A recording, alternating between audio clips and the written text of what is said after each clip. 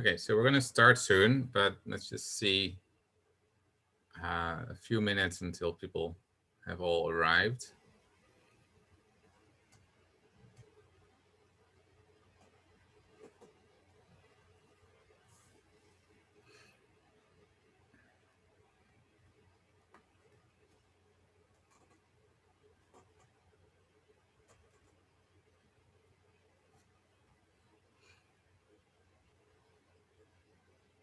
Okay.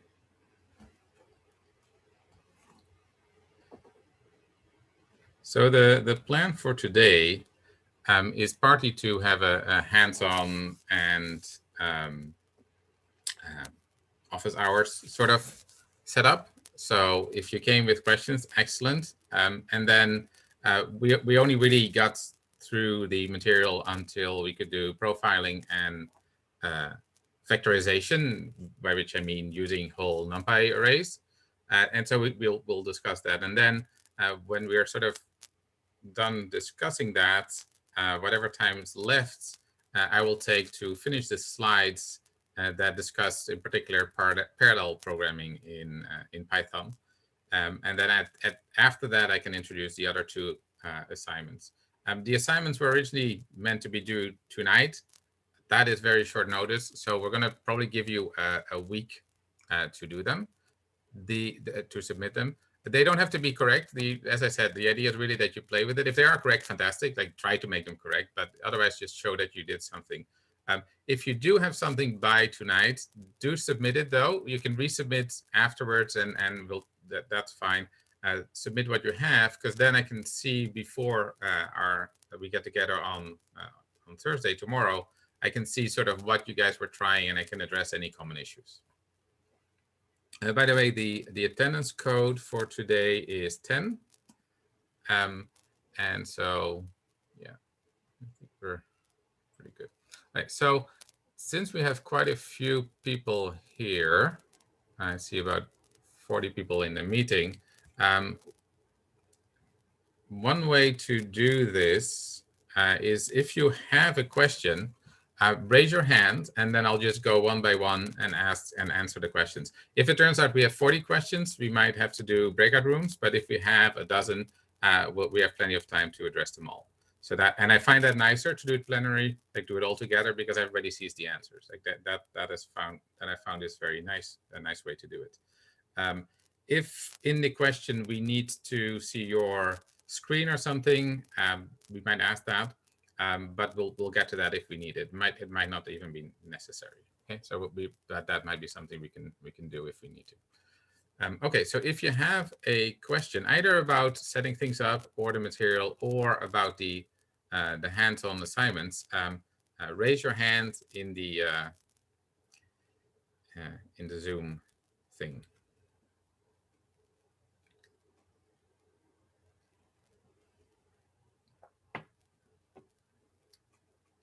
And let me show you, while you're thinking about the questions that you want to ask, what the assignment was again, in case you haven't looked at it. So there were really two parts that we could do. We have the profiling the area under the curve function. So that the function was given. I suggest to do it in a new notebook or script, just because it doesn't mess anything else up. And then see where it takes most time. And then the other part was to factorize the code. I think I have one question already. DBS, could you post your question in the chat, please?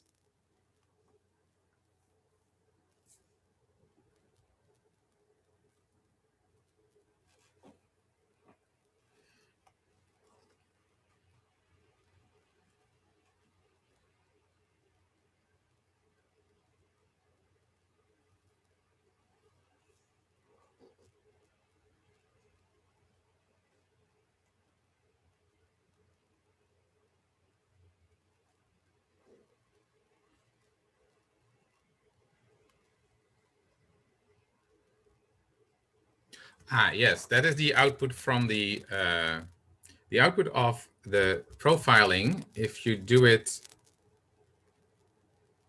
in the notebook, can pop up. So let me, yeah, so I have that too. No, this is not a notebook. Where's my notebook? Here it is. So let me just see how this would go. So we have, okay, where's this code?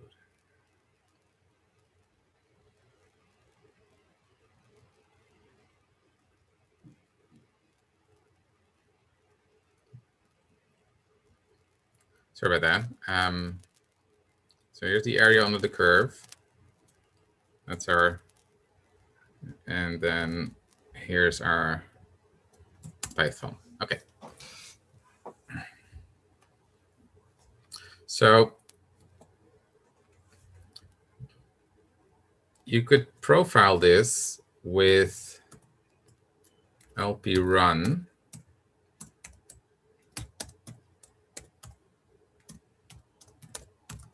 And then, did I set NTOS yet? Let's make sure it's set somewhere here. Okay. I think this should work. And if you do it with the LP run command, I think it actually ends up to be in the notebook. Whereas if you do the current prof approach, I think it does pop up. This was taking, I don't know, what's it supposed to take? Let's do a smaller case just to see the point. Oh, interrupt the kernel. Let's try that again. What did I do wrong here? Okay.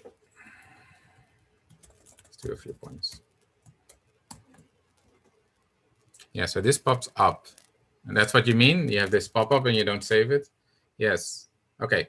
So I find this annoying too. Funnily enough, if you work with a slightly different version of Jupyter Hub, which is a Jupyter Lab, it does pop up. The other thing you can do is instead you can do the current prof approach. So I think it was current prof -v-l. But now I have to have it in a file. So that's, yeah. So now I have to make a file for that. And that is a bit annoying. I agree. File.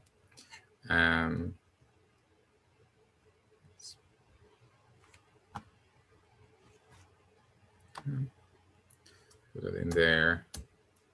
Now we have to profile it. So I have to say add profile. And this is I think I mentioned this last time. A lot of these tools are designed for scripts, which is fine, but it means that if we're doing everything in a notebook, it gets a little bit awkward. So 10,000. Oh, yeah, of course I need a file name. AUC file.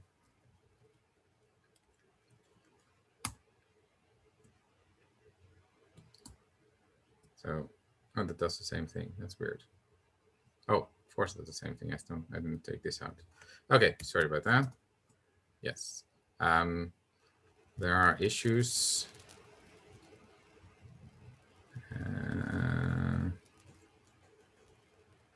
Oh, no.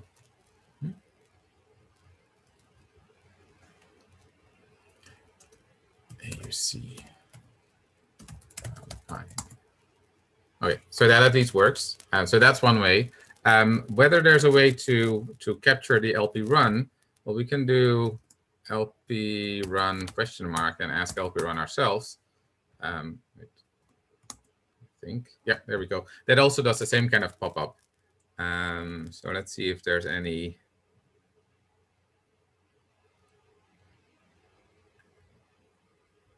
Yeah, it looks like there's a -t answer, so you can dump it into a file. Okay, so other questions. Let's see. Okay, so yeah, thank you for the missing script.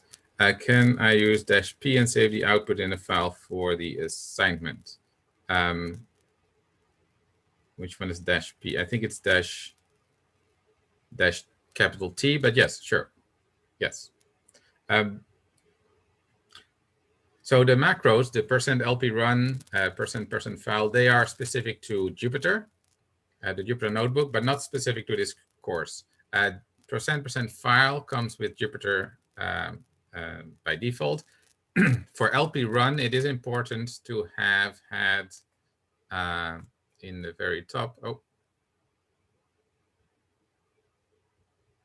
what's going on here? Oh yeah, in the very top, we're importing the line profiler. That's important, and we have to load the line profiler extension. So the %LP run is an extension of the Jupyter Hub, and so if you have both the import line profiler and the %textxt, the loadx line profiler, you have those, and the same for the memory profiler. So there are they are not specific for the class. And for the profilers, they do have to be loaded separately, but then you can just use them anywhere.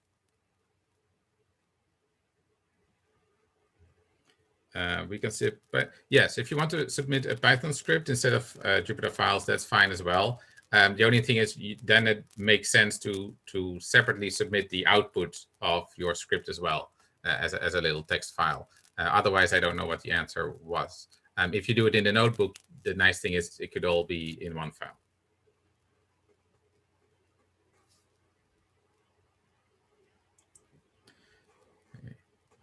If you don't have access to the notebook, that's a little bit funny, but that's maybe you can email us separately either now or later, and we can make sure you have access. Okay, so the profiling is working well.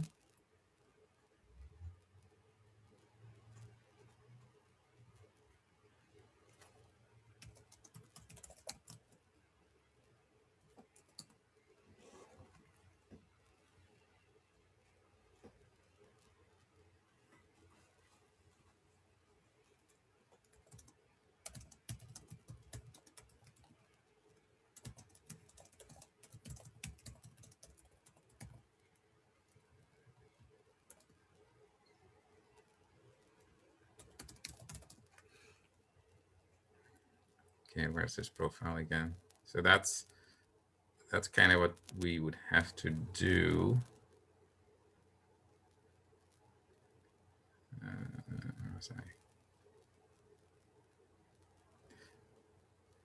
If the idea of having a separate notebook doesn't make any sense to you now, I'm just lost in my own notebook a little bit here.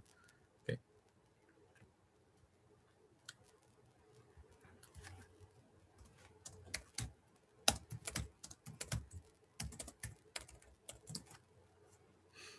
But it gives me exactly how much time is spent everywhere. And one of the things that we see, and we've seen this before, is that although most of the time is in the body of the loop itself takes a good bit of time as well. And we know to be careful with loops.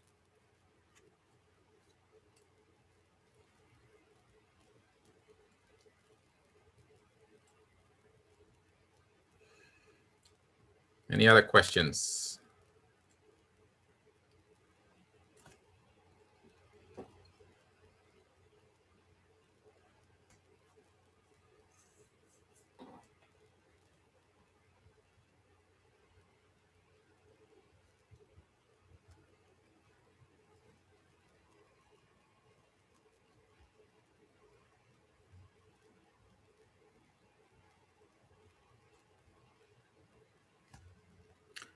Has anybody tried to do part 2?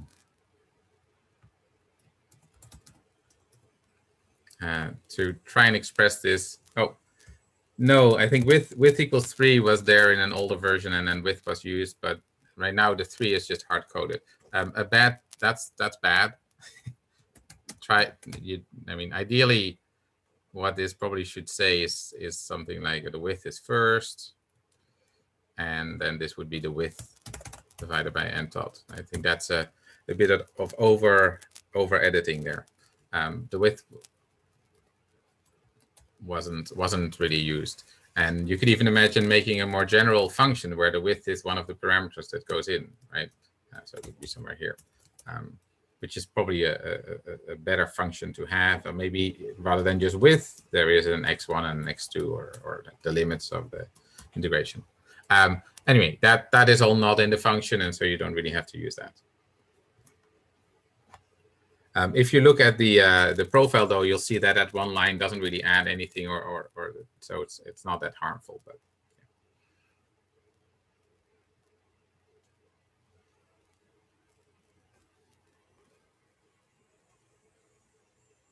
so for part 2, you're supposed to vectorize this a little bit. And as I already said, there is nothing here to vectorize right now.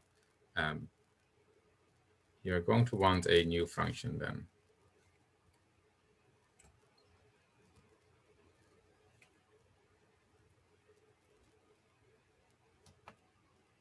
So call it something new.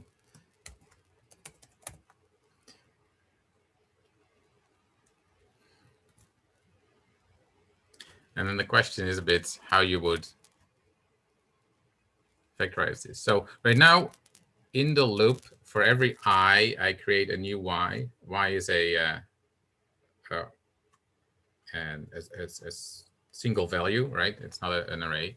And then I add it to what's supposed to be the accumulator. So everything is added to A, and then the X value is updated. Now, that is inherently sort of serial. Everything has to happen one at a time.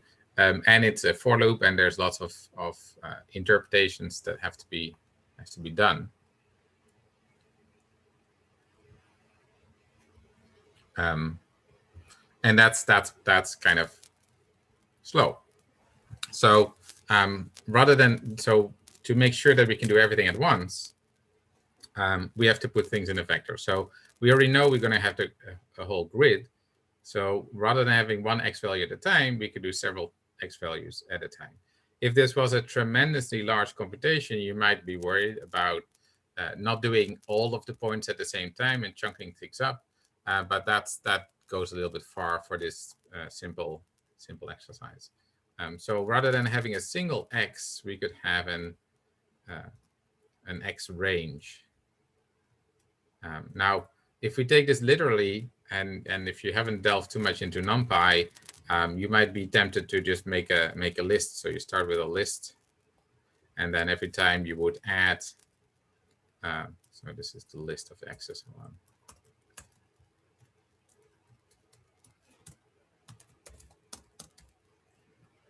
So X has been added, and then every time you could add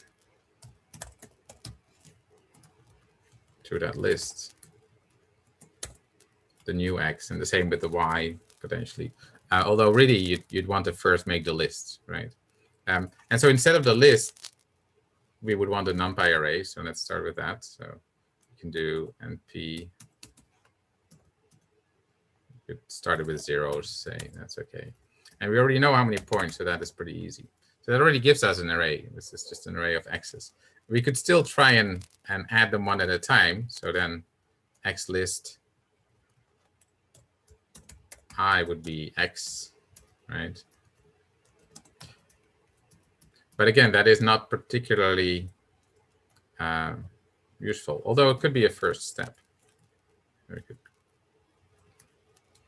So in the first step, I'm just creating my list, and there we go. And then in my second step, there's a few nice things that we can do.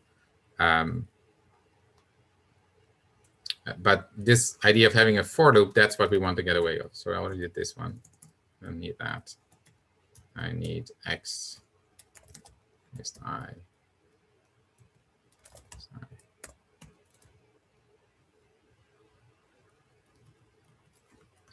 But this still is one by one. You don't really want that. Rather, you'd want it all at once. And NumPy allows you to do that. So you could make a Y list, and rather than having it through the whole array, you could have the Y list just created from the X list.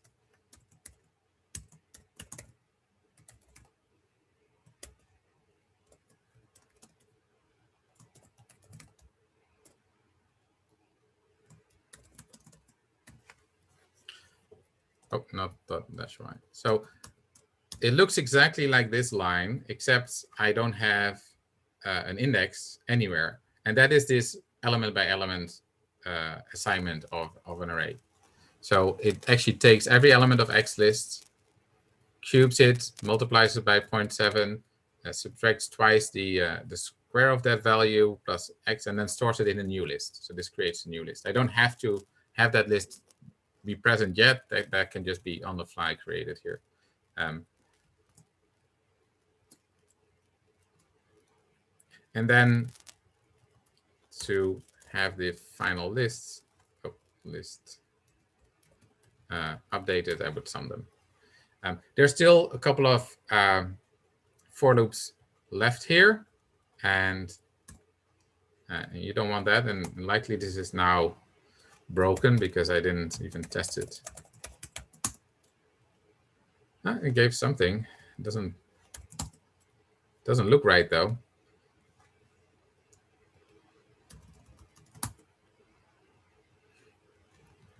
So there's some fixing to be done, but that's kind of the idea. You just get rid of the for loops by creating whole lists and storing things. Now that is slightly inefficient when it comes to memory, and that's true.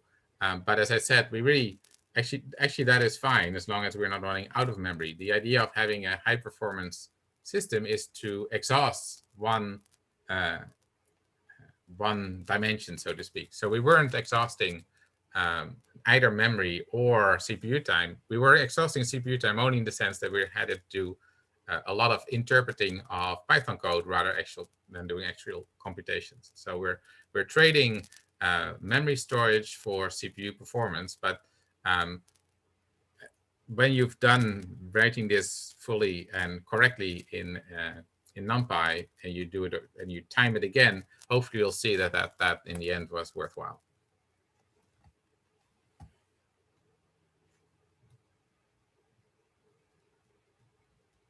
Yeah, see, I'm not quite sure what I did wrong here. Actually, is fine. A is not. Feels like this should be correct, but it obviously is not.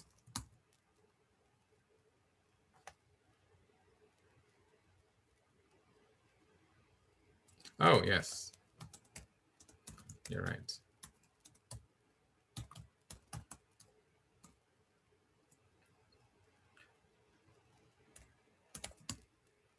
Yes, I think that was well spotted, Joseph.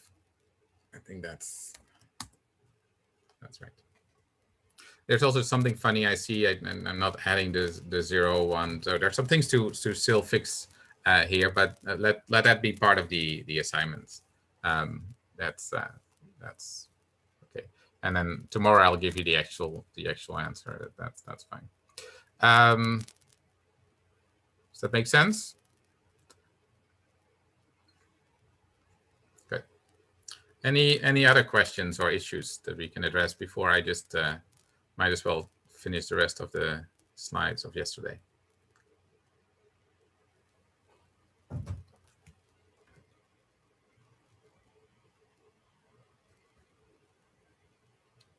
No? Okay. So I am going to go out of the picture now, and let's see where we left off. So we finished with this factorized NumPy diffusion code, which showed quite the improvement, 60 times an improvement over the old version. So this is still a bit slower than, by 5 times slower than the C++ version, but this is a really good gain, right? And it's doing things with whole factors, whole arrays, and that's why it works. Now, there's other ways that people try and speed up code. And a lot of these, they always require you to be a little skeptical, right? Just as with NumPy, people say, well, your Python code is slow, just use NumPy arrays. We saw if you just use NumPy arrays, but you do not know how to use them efficiently, it's going to get worse. And another thing that people will say to you is, well, why don't you just use Cython? If compiled code is faster, well, Cython is a compiler for Python code, and you can just give it Python code and it will compile it for you, and that should be faster, no? And that's That's not entirely the case either. Like with NumPy for Cython, you have to know how to use it. And the reason that just using Cython doesn't make things fast is because it, by definition, has to do the same thing as the Python code did. And the Python code is dynamically typed. And so every variable will still have to be checked for its type. Um, and the memory allocation still has to be dynamic. So you gain a little bit on the interpretation part. That might be true, but you don't gain anything on the fact that you're using arrays unless you're using arrays. And if you're already using arrays, again, there isn't that much more to gain. So I left it out from this discussion mostly because I found that it doesn't help for our examples, but that isn't a general validity. Like Cython is a good package, but to make it fast, you basically have to add the things that Python leaves out, like strong typing. You have to give your variables the correct types, and so there's things that you have to do to make it go beyond Python, and that's fine. But it's a little bit of an extended language if you think about it that way. And so I'd like to see what we can do with just pure Python, and so that's so again, just as with NumPy, just using Cython isn't working, but you'd have to sort of know about the C types and the things you'd have to add. And then if you do that, you can write fairly fast code, but you're now no longer just writing in Python. So people use it mostly for extensions, so like packages. They write it in Python and they convert it in Cython. They think about where things should be faster and where they have to add some type annotations, basically, and then they compile it, and that's great. But they've had to put in this extra work, and it's worth it, because if it's once it's a package, other people can just use it and they don't have to know Cython to use it.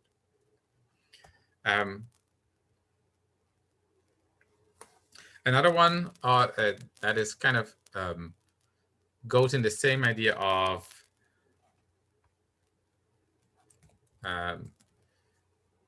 compiling, so making Python into something compiled, and that's been coming up in the last few years, is Numba. It's it basically is a compiler that works within the interpreter. That's not a really good way to describe it. Think about it this way: we had a function before, and we put @profile before it to make it a profilable function. Numba does a similar thing where you have a function, you put @njit or jit in front of it, and what it will do is it will, when you call that function, it will compile that function. What is nice about Numba is it can use all of the arrays and slices, and it's very convenient. The sales pitch is that it can also use GPUs. It could potentially even use multi-core machines, but all of those come with caveats. So first of all, there's a compilation happening while you're running, and although that only has to happen one time, if we just use it for our diff2d function, that is only called once. So all of the overhead of the compilation is there, and it does take some time. And Numba isn't a very fast compiler. So this works well for functions that are used a lot of times, which is fine, but that's not the case we have here. Secondly, GPU usage isn't as simple as you think. If you've ever looked at programming CUDA for GPUs, that is essentially the kind of things that you write for Numba. The syntax is different, but still, you have to kind of know the principles of writing in CUDA and then do it in Python. So it's not really Python. And then for the multi-core issue, that's even more annoying, because now you can only use it for whole arrays that basically index in the same way. So you can't have slices, I think. You can't have offsets, which means that the number of things that you would want to automatically parallelize with multi-core, Numba won't do it. Like the thing we have for the diffusion equation isn't in the right form for it.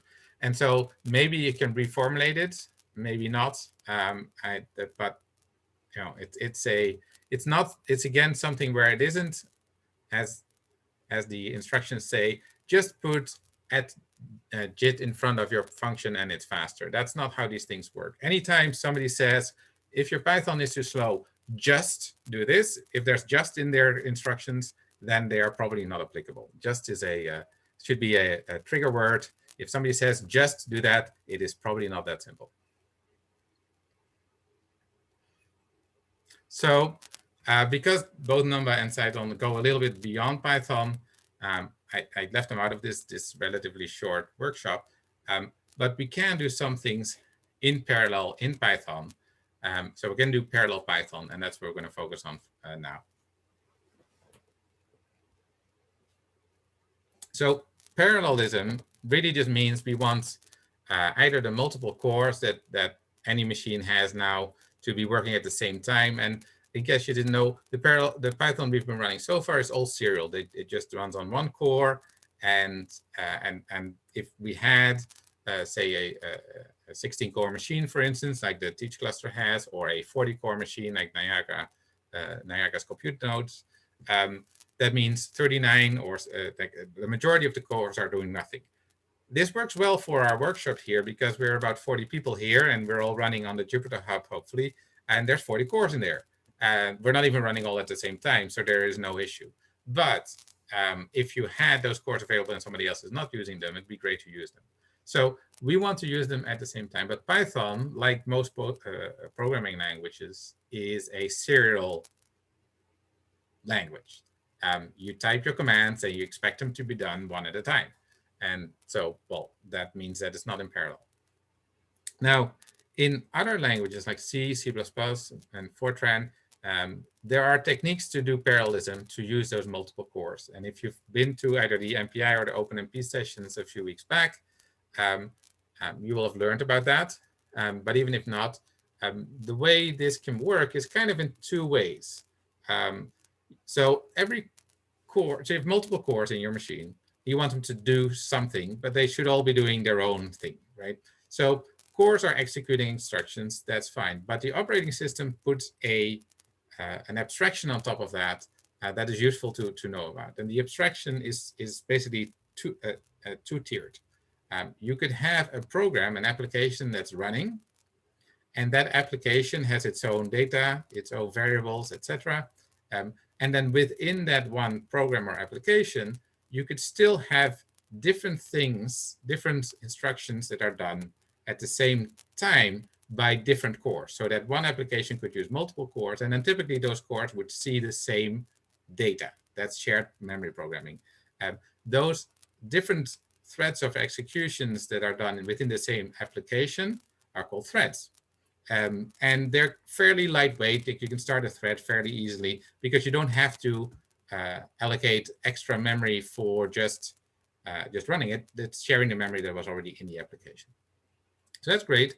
Threads are pretty nice, but threads have to live within the same application. If you have access to a supercomputer that is a cluster, and you have to run such a big job that you have to run on several nodes, then those nodes have to run their own application, their own and so we're going to switch from calling it an application to a process.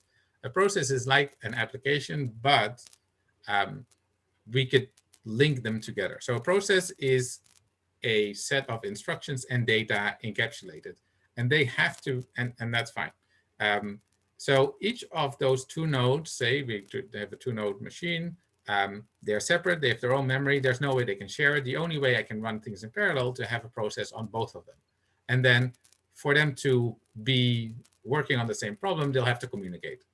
So those processes can communicate with a thing called MPI, message passing interface. But the upshot here is that when an application is running, it could run with multiple processes that can't see each other, or it could run with one process and with threads. And the last is in principle more efficient. Okay, so that's a difference in how you parallelize. Threads can't see threads from other nodes. Processes can't see inside other processes. That's sort of the way that threads and processes are structured. Now, I'm saying this because what you would like to do is say, use these same concepts that are sort of known from parallel programming in compiled languages and apply them to Python. And that doesn't quite work. There's an issue with threads in Python. So whenever you start Python, whether it's a notebook or the Python commands, it starts interpreting instructions. And it has what's called a global interpreter lock, or a GIL, which means that only one instruction can be interpreted at the same time. And that, I think, originally was just an easy way to make sure nothing goes wrong. But it also means that we can't make use of threads for pure Python code. So Python has threads. I can start a thread. I can give those threads a function, each a function to do. So say I start with a notebook, I start 2 threads, and I give them both a function to do. They will seem to run at the same time, but what's really happening is that alternating between it, that the interpreter is alternating between the two and takes a line of code from one function, interprets it and executes it, takes a line from the other function, interprets it, and does it. So that means that I really only need one core to run it. One core is busy at any given time, or one thread is busy at any given time. Now, that is annoying, but there's also a reason why a lot of threaded approaches for computation that work well in C, C++, Fortran, Java, do not work in Python because the threads are waiting for another. It's not true that it's entirely useless to have threads in Python. First of all, this simulation of having things run in parallel can be very useful if you have a computation, a Python script that also at the same time has to, for instance, write to disk or has some graphical user interface that has to be responded to. If the GUI would have to wait until whatever it's doing is done, then it would seem like it's frozen, right? So for interactivity, that can be useful. It's also true that if the library that you call after, like within a Python statement, is capable of doing a thing called releasing the GIL, releasing the global interpreter lock, then it is in principle possible for multiple commands to run at the same time. So by default, every statement is done separately, unless a library is able to unlock it. NumPy is able to do that, but it still means that that one statement better have a lot of stuff to do. Now, whether that is the case or not really depends. In a lot of cases, it's not that helpful to use threads in Python.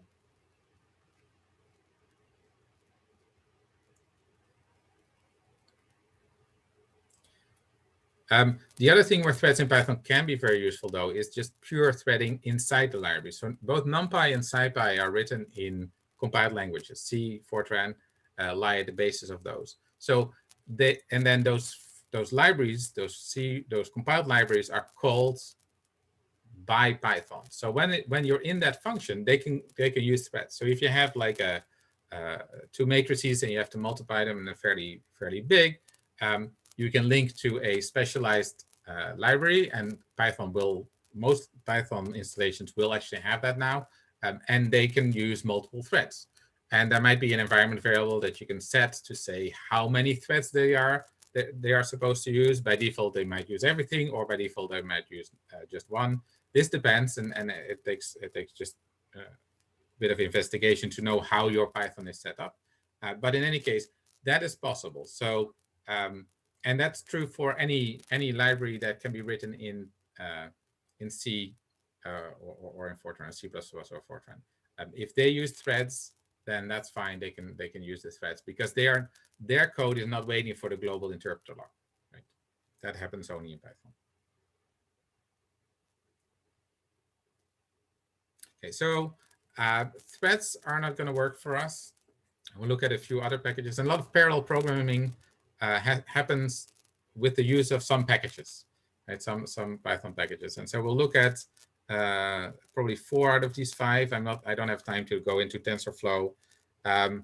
So we'll look at numexpr for something that does threaded parallelization, which should be impossible because I just told you that threads don't really work very well in Python, but we'll get to that.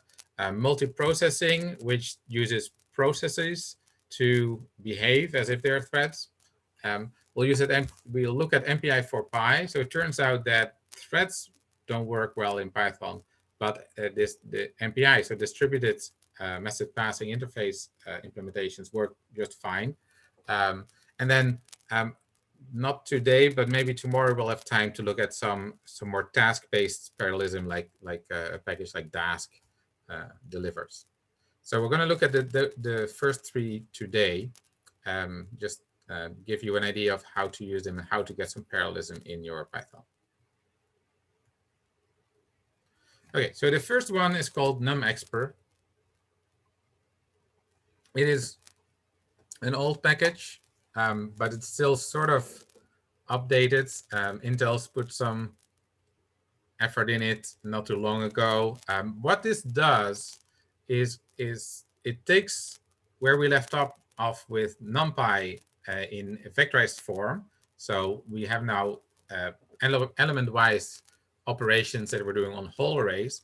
Well, if they're element-wise, if I add element 1 to element 1, element 2 to element 2, etc., then those are like very naturally parallelizable. Each of those elements pairs could be computed at the same time. In other words, I could give the first one to the first core, the second to the second core, until I run out of cores, and then just wait. Right? So, so numexpr sort of does that for you, but it knows that you can't have threads in Python. So what it does is it basically compiles NumPy expressions for you. So it takes your NumPy expression, which you'll have to give to it, and then it goes, well, okay, here's an element-wise operation. I'm going to write a little code behind the scenes, a little C code. I'm not quite sure if it's C or Fortran. For it, I'm going to use threads to trivially parallelize that because it's element-wise. I can parallelize that. I can divide it over threads, and that way use multiple cores, and then I'm going to run it. So it's also a just-in-time compiler. So it compiles every expression and then runs it. But it's much more restrictive than, say, Numba. And that is good for one very important reason, because it can only do very few simple things. The compilation is really fast because there's not much to figure out. Right? It's just say, okay, you want this computation, split out this array over threads, and compile, done. Because it has to take this expression in as a parameter, we have to give it as a string. And so it looks a little bit funny. We have to write our Python code into a string in between quotation marks and then give it to numexpr, but that's okay. And in some situations, especially if you have large arrays, this can really speed up your calculations. So that is nice. So let's look at how this works. So it will take your expression. It'll be an array expression. It will compile it, run it, store the output. And it has a restricted set of functionalities. It can support a number of operators. It can add arrays. It can subtract arrays. It can multiply arrays. It can divide arrays. It can take the power of arrays. It can do the modulus operator. There's some bitwise stuff that it supports and some logical stuff. And then it has some functions as well. So that's nice. So if you have an array, you need to make the sign of that of every element of that array and put it in a new array. There's a sine, cosine, tan, arcsine. You can have something that looks like an if statement using a where function. So you can have decisions based on the value of an element in the array to see what you should compute. And then it can do complex values as well. And then that's all array by array. So you have an array, you add a function, you apply a function, you get a new array. Sometimes you want to take an array and sum all of the values up. That also is fairly easy to parallelize, as you can imagine. But it's not element by element wise. So these are called reductions. So you have an array and say it's 1,000 numbers, you add them all up, you get one number. You sum them up. So there's two reductions that it supports, sum and product. Now, sum and product are also in NumPy, so it's a little bit superfluous. You could just take, apply the sign function, say, to an array and then sum it with the NumPy sum rather than with the NumExpert sum. There's really not much benefit, but they do have it in there.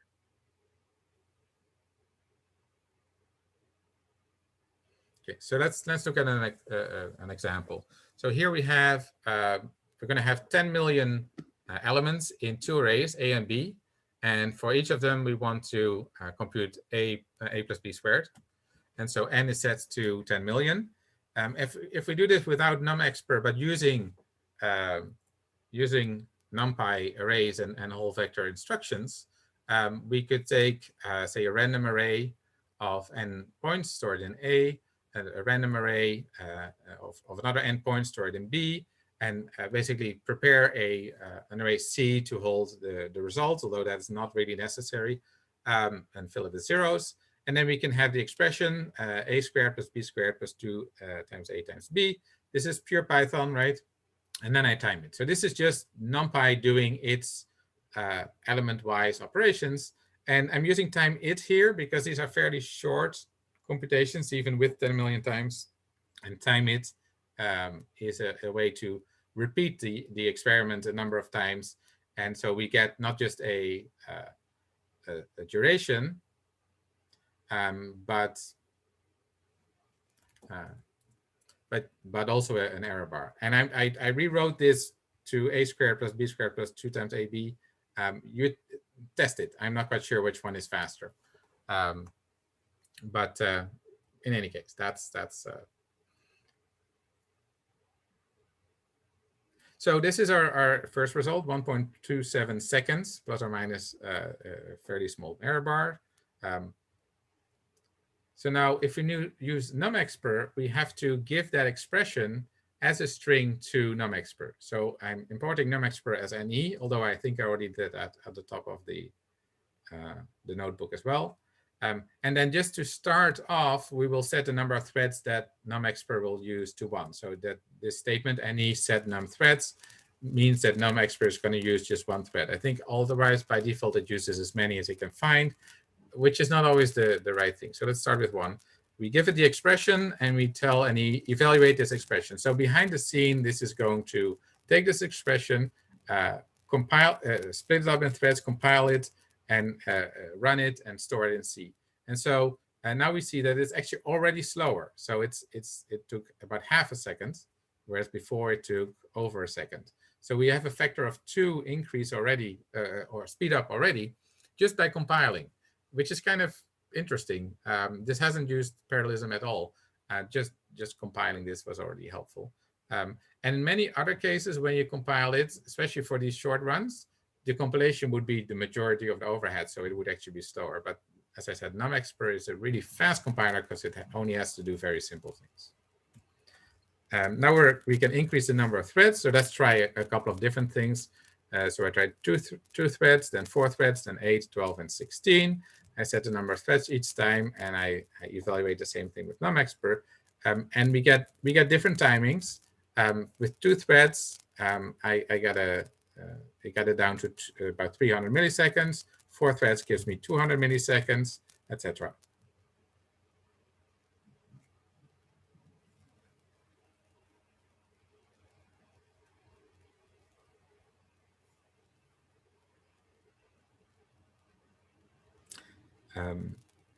And another thing that's kind of interesting to see is that as we increase the number of threads, it goes down, but at some point it goes up again. And so that is not uncommon with parallelism. There's still at some point some communication that has to happen to either store this all in the same array or even just to split it up, right? So we have an array initially, now I have to split it up and give it to different threads. That is an action that has to take place. And the more threads I have to do, the more splitting up work there is to be done. And at some point, the overhead of parallelism is larger than the gain. And that's what we're seeing here too. So even though it's parallel, and that is great, and we can get a decent speed up at about 12 threads, that seems to be the optimal, then then it goes up, right? So you always have to be a little bit conservative in your expectations for parallelism. Even in very obviously parallelizable cases, there's going to be a limit to how much speed up you're going to get. And so at the end of the day, just as you should profile to see where bottlenecks are, you should time and try small examples and see where your sweet spot is for the number of threads that you should be using. There's no reason to use more than 12 threads here because it actually goes slower than using less threads.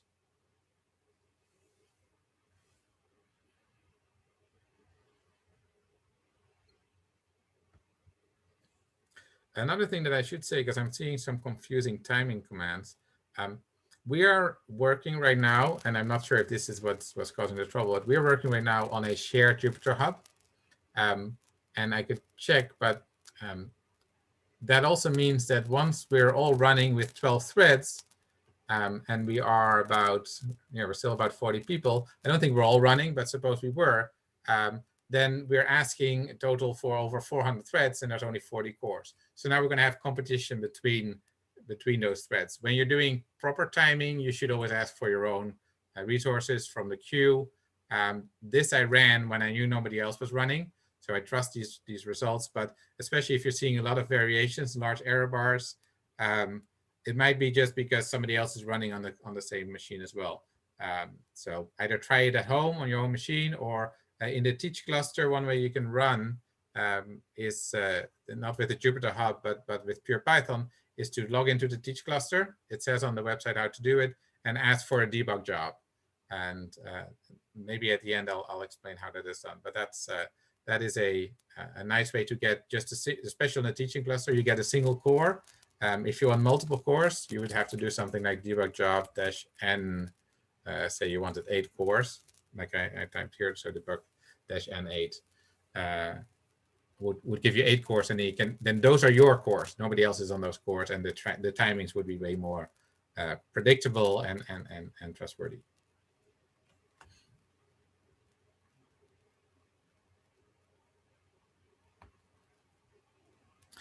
For the diffusion, we have a slight issue here. So I like NumExpert, but it really can only do very simple things, and it doesn't deal well with slicing or offsets.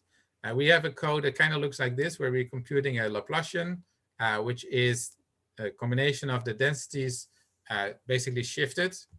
We had to do shifts to make the +1, -1 in the different directions work. NumExpert can't do this, which is very annoying, because other than that, this is perfectly parallelizable. And so what we can do to fix it is basically a bit hackish, like a bit well, or at least a bit cumbersome. So what we're going to do to fix this for the diffusion example is to make a copy of the density basically, and just store it in a new array, an array that is properly aligned for this computation.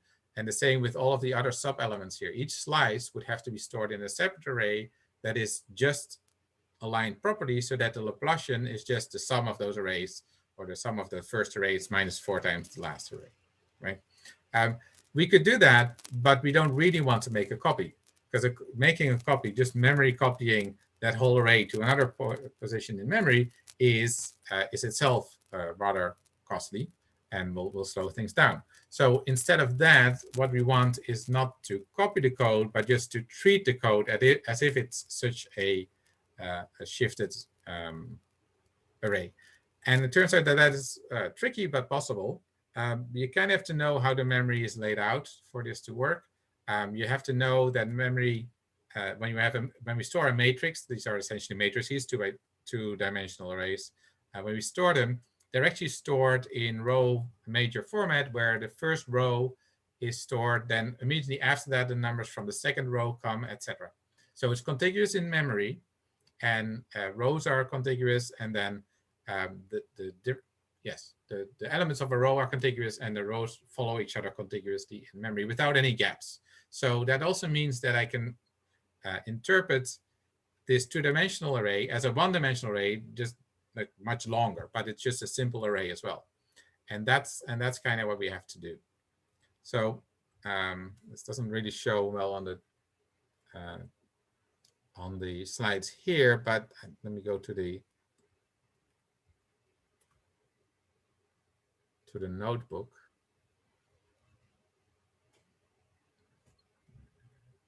Already. Here it is. Okay, so we have our density 2 by 2 matrix, and we're going to create a new density. Well, the first thing we do with these densities is we're going to treat them as if they are linear arrays. It turns out that you kind of have to do that to make the copies go away. So ravel is a function, a method that you can apply to any NumPy array that basically creates a one-dimensional version of it. Basically, think of it as an unrolled version. And so we have dense, and dense next would be the one for the next, would be the new values, right? That's how it works. So we have dense is the old value, dense next will be new. Both of them are going to be raveled. This doesn't make a copy. This is a new view, if you want, on the same array where all of the elements just go in a linear fashion. And then I can create the density on the left of any point by a particular slice. So this is a particular slice, and you'd have to draw it out to see that this is indeed how it should go and why these are the shifts that you have. But if you would trust me, dense L lines up to be the left cell, the left pixel, compared to any given pixel. So any given pixel would be shifted to the left if I looked at it in dense L. The same with R, same with up and down. So this left, right, up, down, and they're all just shifted versions. And slicing itself doesn't make a copy either, at least not for one-dimensional arrays. So this is why this works. I haven't made any copies. These are just new names of the same old thing, but now they're properly aligned just for and then the central one is that's what then C is. And then what I have to evaluate is essentially the sum of the neighbors minus 4 times the central one, which is the same expression as I had before. But then I had it with basically I'm shifting the slicing outside of the expression. And now everything is just an array plus an array plus an array. There's no indices involved. There's no shifts. There's just some multiplications. And I add it to the old dense C, and I put the output in dense next. So I can do that. And that works. Not that kind of simple expression can be done with NumExpert. So this is not nice. Ideally, this would be something that a compiler can do. But remember, we are being rewarded for this work because the compiler can now be so simple that it is really fast. So let's see how much we gain by this.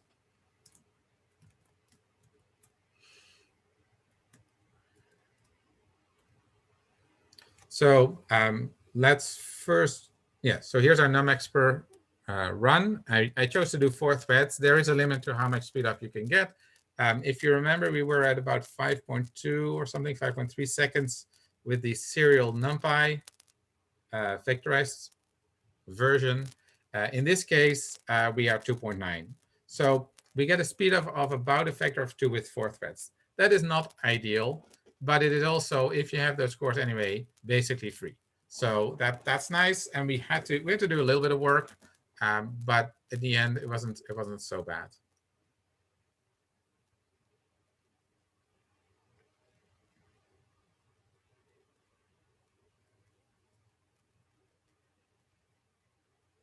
Okay, so that's NumExpert. It really only does a limited stuff, but when it fits, it just gives you a very easy way to parallelize it, and it uses threads because it can under the hood. It's not Python that's executed anymore. Multiprocessing is a very different approach. In this case, it all pretty much happens in Python. But what it does is the Python process that was running, that's a process. A process, remember, has its own memory and can't see other processes as memory. And so we have a single-threaded Python code running at first. With multiprocessing, with that package, you can start new processes, new Python processes. And that would be, in principle, a very tricky thing to do. You'd have to take your existing Python code, tell the operating system you want a new version of it, and then communicate back and forth with them through some operating system specific protocol. And multiprocessing was created to abstract that all out. And so multiprocessing, its API looks a lot as if you're just spawning threads, and that's on purpose. So it will look that you're creating a thread that can already see at least part of your memory that you're working with, and which you can communicate. The details are very, like under the hood, are extremely specific to the operating system, but we don't have to worry about that. What it does mean is that every time you use multiprocessing, a new thread is really a new process, and a new process means creating new memory, starting it up, and so it is a heavier approach than using threads. Another thing that unfortunately it still does, and that's because it's using the operating system to create these processes, is that you can only run multiprocessing on the same computer. So if you have 40 cores on your nodes, like in Niagara, the maximum number of cores you can use is 40. And so the maximum number of processes you should start is probably 40, or some slight over estimate of that. But you can't use 2 nodes, for instance, of Niagara, which would give you 80 cores, and go use them with multiprocessing. It just can't start processes on another machine. It can't. We'd have to go to something like MPI, which we'll look at next. So it's the same computer. It works very well for so-called embarrassingly parallel problems, where there's a bunch of tasks that have nothing to do with one another, no dependencies. They don't have to wait for one another, because communicating between the processes, although possible, is somewhat awkward and expensive. So let's see how this would work for a very simple example. I have a function that creates that computes the square of a number. I'm going to create an empty list of processes, and then I'm going to take 3 cases. So X is going to run from 1 to 3, and for each of those cases, I'm creating a process that will compute the square of that. So we're going to imagine that taking the square of a number is an extremely expensive process, and we have to use multiple cores to do that for 3 of them. Obviously, that's not the case, but so each of the X values is going to be given to a process. So we're going to start a new process that's going to execute a function. So the target here is the function to execute, and then I have to give the arguments that it should execute. So this starts a process. Actually, it doesn't start a process. It creates a process that is ready to compute f of x, right? And then I'm going to append that process to the list so that I have a list of processes left. So P is just a handle, if you want, to the process. It's not the process itself. It's just a way to point at it. And then I'm going to start it. If I don't start it, it won't do anything. So now each of them has started, and that's great. How do I get everything together again? How do I collect everything? Well, I have to go over all of the processes, and to wait until they're done, I have to ask for each of the processes to join back to the parent process, so to speak. So there's a parent process that I was already running. Python itself is a process, right? So it's running. I'm spawning 3 child processes, and they are running. They're computing their square, each of them, and then at the end, I'm going to wait for all of them to join back. So they only join back when they're done. So this works. This runs. This uses 3 cores at the same time because each of these processes is running at the same time, and it's parallel, but it doesn't give any output. So that's a little bit strange, but it's also correct. Return values don't get returned from processes. Processes are not functions. They are separate applications, and there's no way for it to return actually, at least by default, a value back. And I say by default because that's obviously what you want here. So there is a way within multiprocessing to fix that, to get those answers. But we have to do a little bit, we have to use what's called a pool. So there are really two concepts that are going on at the same time here. Getting those values out, which at this point is sort of secondary. The main purpose of a pool that at least as far as its name is concerned, is to have a pool of processes that is ready to execute things. So that does a number of things. First, it fixes the number of processes that I have running at any given time. So that's good. So in this case, I set the number of processes to 4. It also can mean that those processes are already running, so I don't have to recreate them every time. They're just 4 processes running all the time, ready to do some work. And then in addition, once I have that pool, I can divide work over that pool. So in this case, I created a few more cases to do. So I'm creating my pool here, pool num_procs. That's just a pool of 4 processes. They aren't assigned any work yet, but they exist.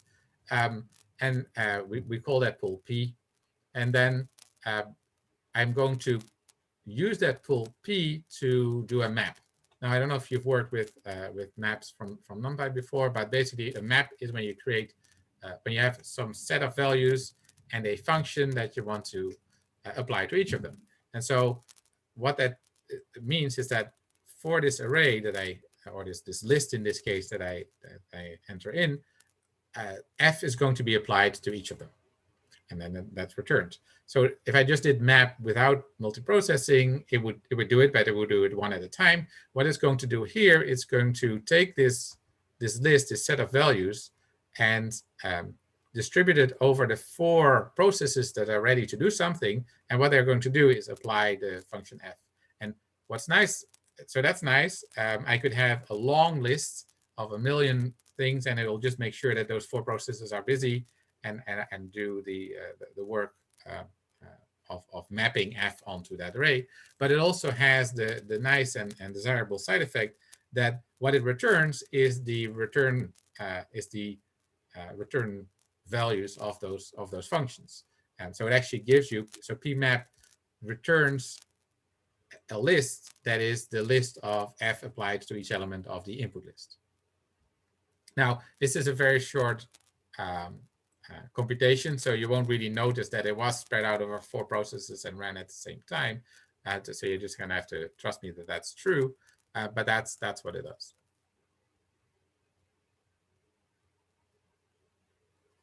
Yeah, so in this case, that's a good question. Why would you use something like GNU parallel? So GNU parallel is a way where you can do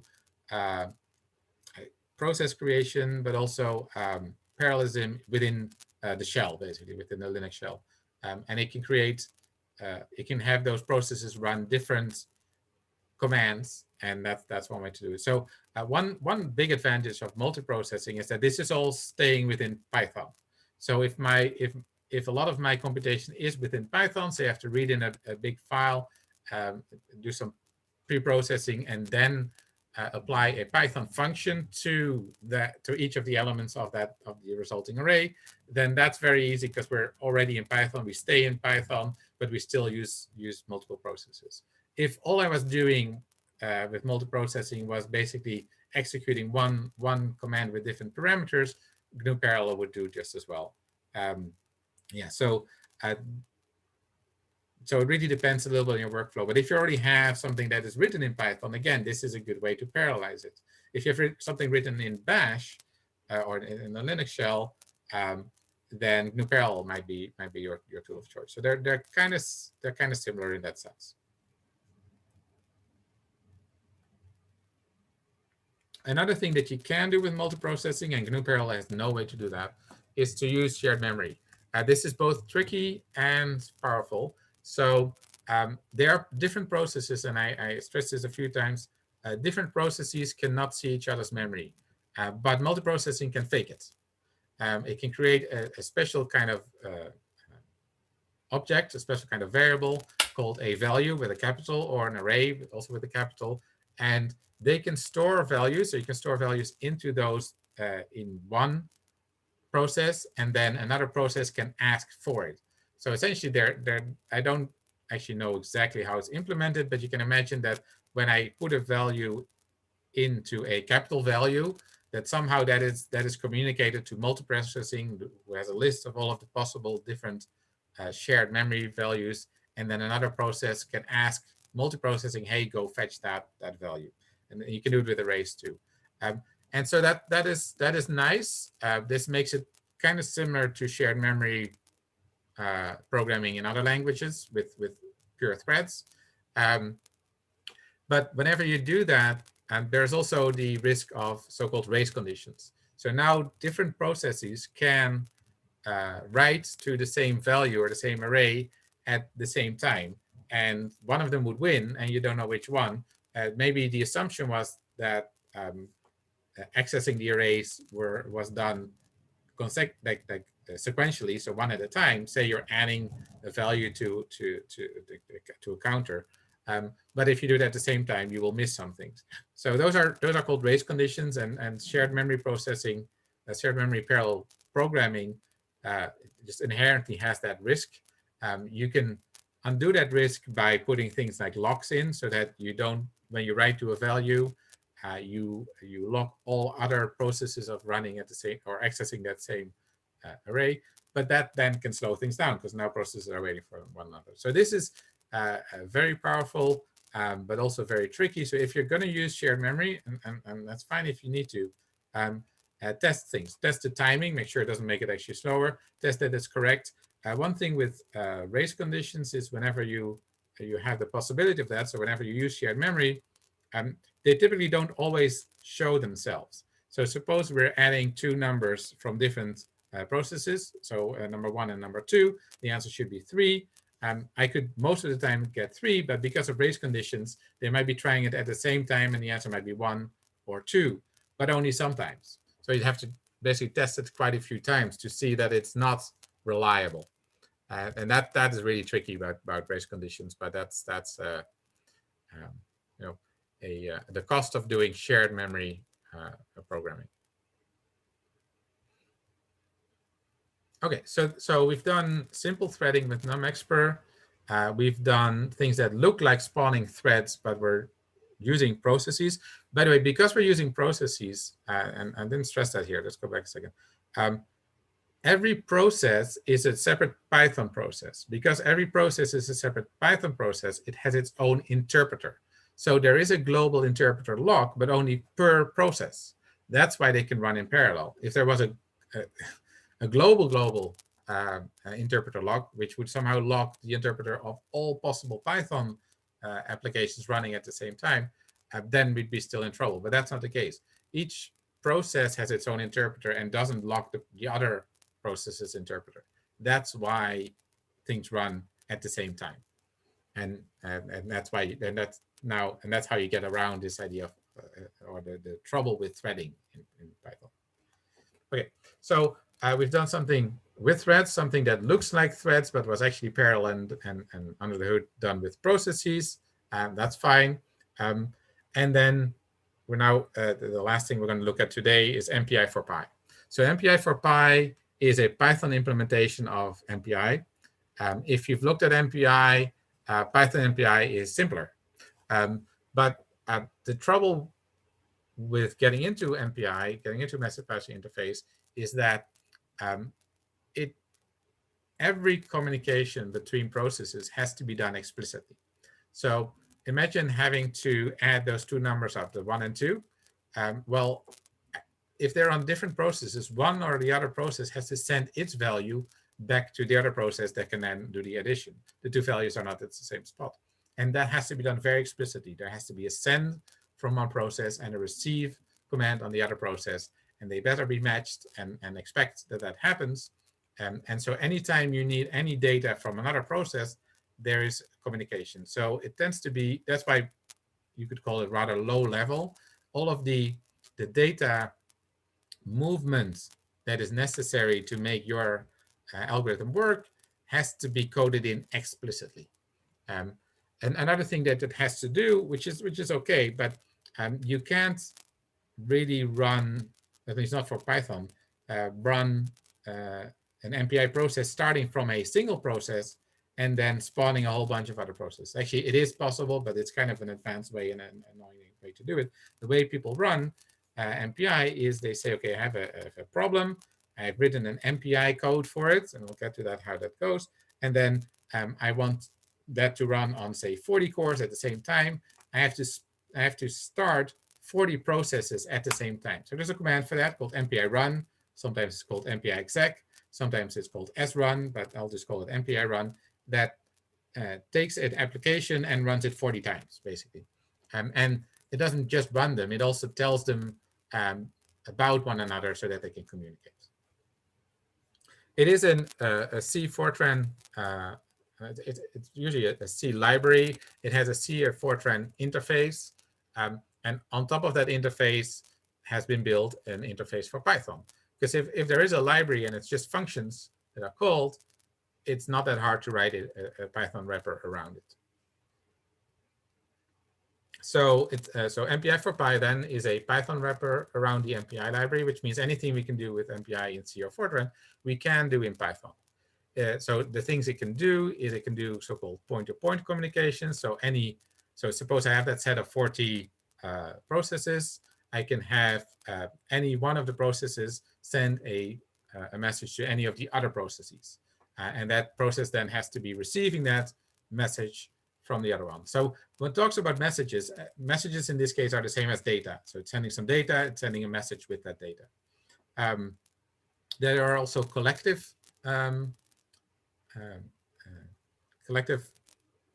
communications possible. Imagine wanting to sum all of the values that all of the processes have together into one. They all have to do that at the same time. There are ways where you can have a single process has, say, a parameter and has to broadcast it to all the other processes. Those are actions which involve all of the processes at the same time. So the point-to-point communications are just involving those 2 points and could be independent of the rest. The collective are happening with all of the processes at the same time. We can have fairly optimized communications of Python objects, NumPy arrays and built-at strings, etc. are done fairly easily. And if you know MPI, the names of the functions are very similar to the C and Fortran, but they have been more inspired by the C++ interface or object-oriented interface, which just means it looks a little bit differently. So if we want to use MPI in Python, which means we want to have a code that is started over several cores at the same time, this is how it goes. So in our code, in our MPI code, we have to start importing MPI for Py, and then that MPI for Py library has to somehow connect all of those different processes that were started. And so that's fine. And the way that you can do that is just to create the communicator between them. So the communicator is essentially a group of processes that can communicate, but it has to be created. And so you create it right away by doing from MPI for Py import MPI.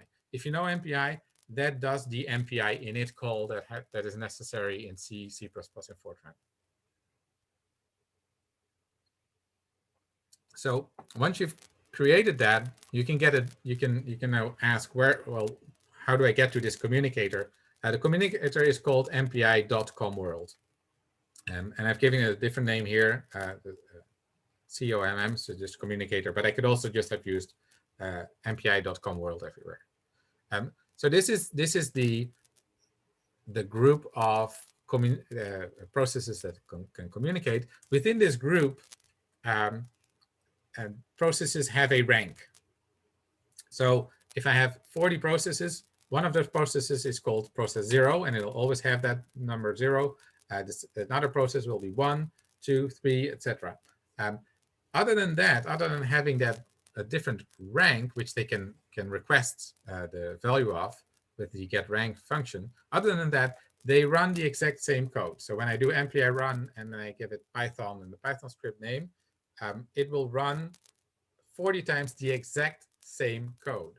So we don't want to run 30 times the same code. We want the 40 processes to work together on a given problem. So that means that based on the rank that each of the processes asks, that process has to figure out what its job is. So it just has a single number from 0 to the number of processes -1 to figure out what its job is, who it should communicate with, etc. And that is sort of the drudgery of Python.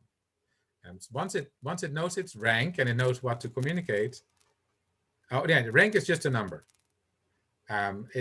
Like all of the processes are equivalent initially, so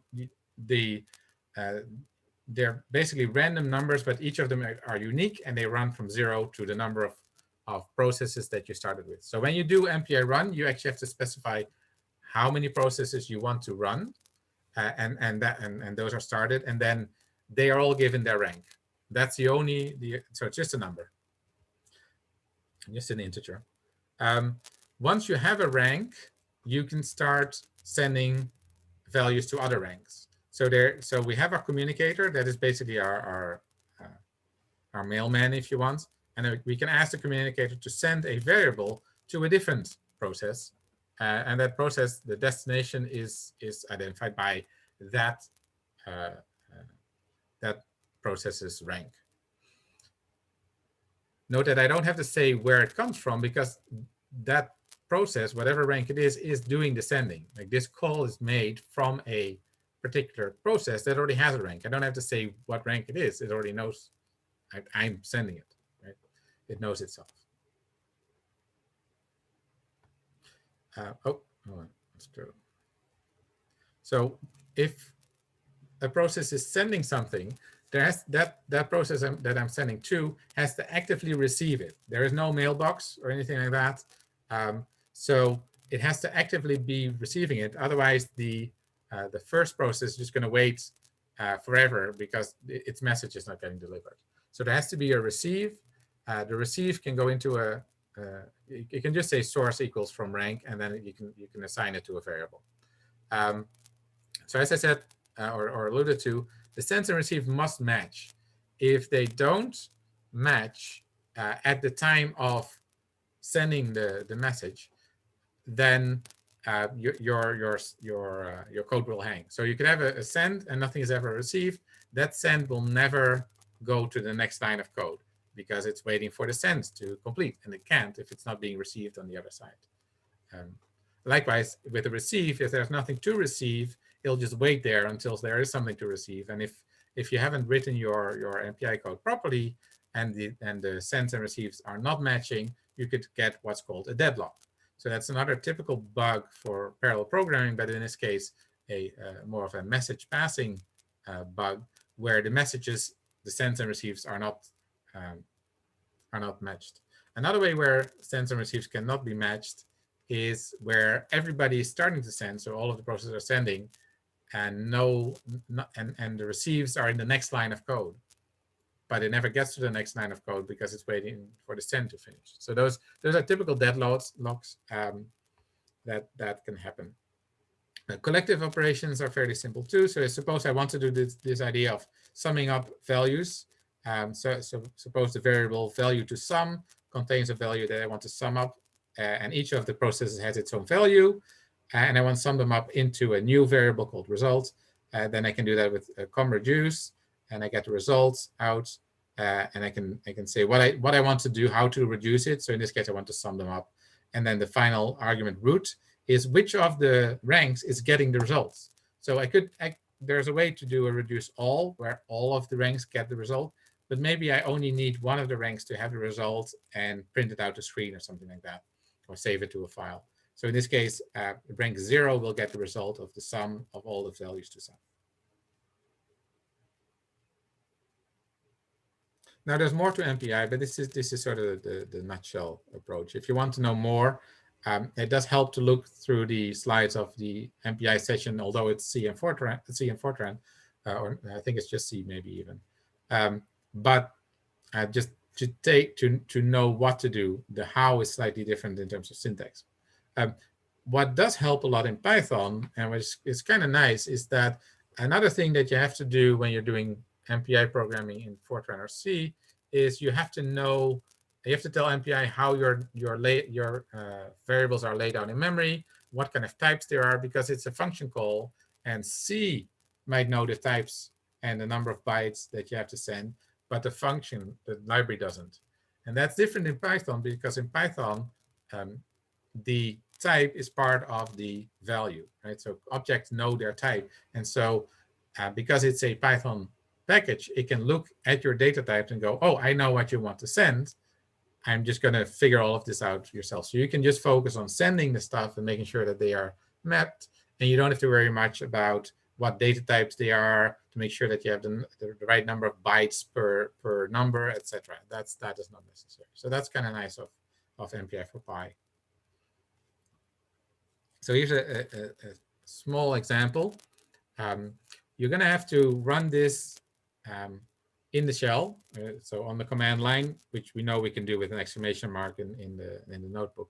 So because MPI for Pi has to start all at once, so say I want 4 processes, I want them to start all at once, I can't do that from the notebook. So I'm just creating a script here. It's importing MPI. Each MPI gets its rank and its size. We're adding, now I imagine these to be situated in a line. They're not really, of course, but then there's a process to the left and a process to the right, and they have different ranks. And so this is a computation to see what the rank is on the left or the right of me. And what it's going to do, it's going to send a message. It's going to send its message to the left so that its left neighbor knows the rank of its right neighbor. And then it's printing that out. So I'm saving this in the file, and now I'm MPI running that. I'm giving it 4 processes to do. And then each process is a Python process that has to start the same script. So they're running the same script, but they know what rank they are, so they know who they're sending to. Yes. Does that make sense? Okay, so the send receive here that I'm using here is useful because every process wants to send to the left. But if I have them all sending to the left at the same time, there's nobody that's actually receiving anything, and I'll have deadlock. So the send receive promises to both send a message to the left and receive one to the right, but it doesn't say in what order. It says that it will figure out the order such that it will all work. There's no deadlock. So send receive isn't first send then receive. It's first send and then receive, or first receive and then send. Please MPI, you figure out what will work for me. One thing to mention, again, we have to put this in the script so we can do MPI run. Otherwise, we can't really do this. So that is one thing that is a bit of a disadvantage, mostly if you're used to running in notebooks. It doesn't run well in notebooks, right? But that's okay.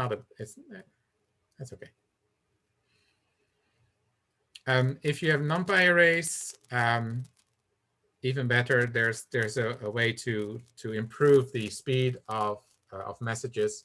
Doesn't always make that much of a difference, but that's okay. It starts to look more like what you do in C and Fortran when you do this. But it's good to know that if you're doing this in a serious fashion and you have NumPy arrays to send over as messages, look at how these things are supported in MPI for Pi.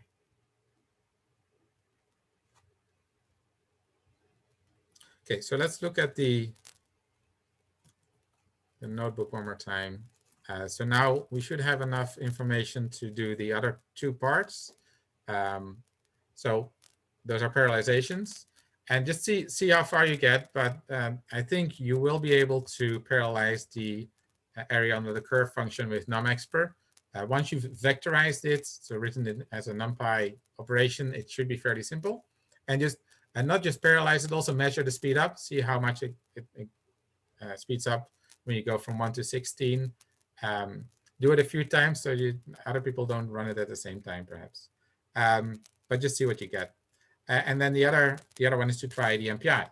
And now, if you don't know MPI, this might be a little tricky. That's okay. Just give it a shot, and we'll discuss tomorrow in a bit more detail how that should be done.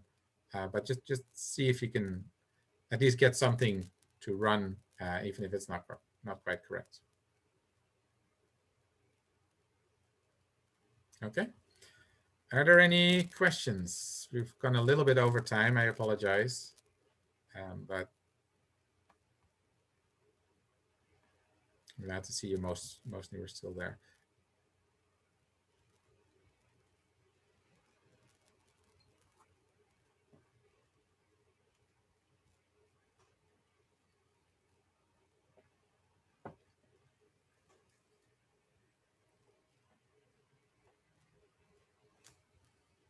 Yeah, so if you can submit your assignment by tonight, that's great, but that's mostly because that means I can look at them tomorrow morning and know better what to discuss in our session. You'll have until sometime next week. I think that the deadline is it's probably Thursday or something, just because you need to submit something to get credit, right? So that you might not have the time tonight to do it. Yes, so you can submit a part separately. There's no submit button, so whenever you just put something in the Dropbox, it just stays there. If you put another one with the same value, that's for the same file name, it'll just be a second version. We could see both versions, but we'll look at the last one. If you put something in with another file name, it'll just be another file. So so yeah, you can keep submitting. If you're done with part 2, submit part 2. You're done with part 3, upload part 3, and that's it.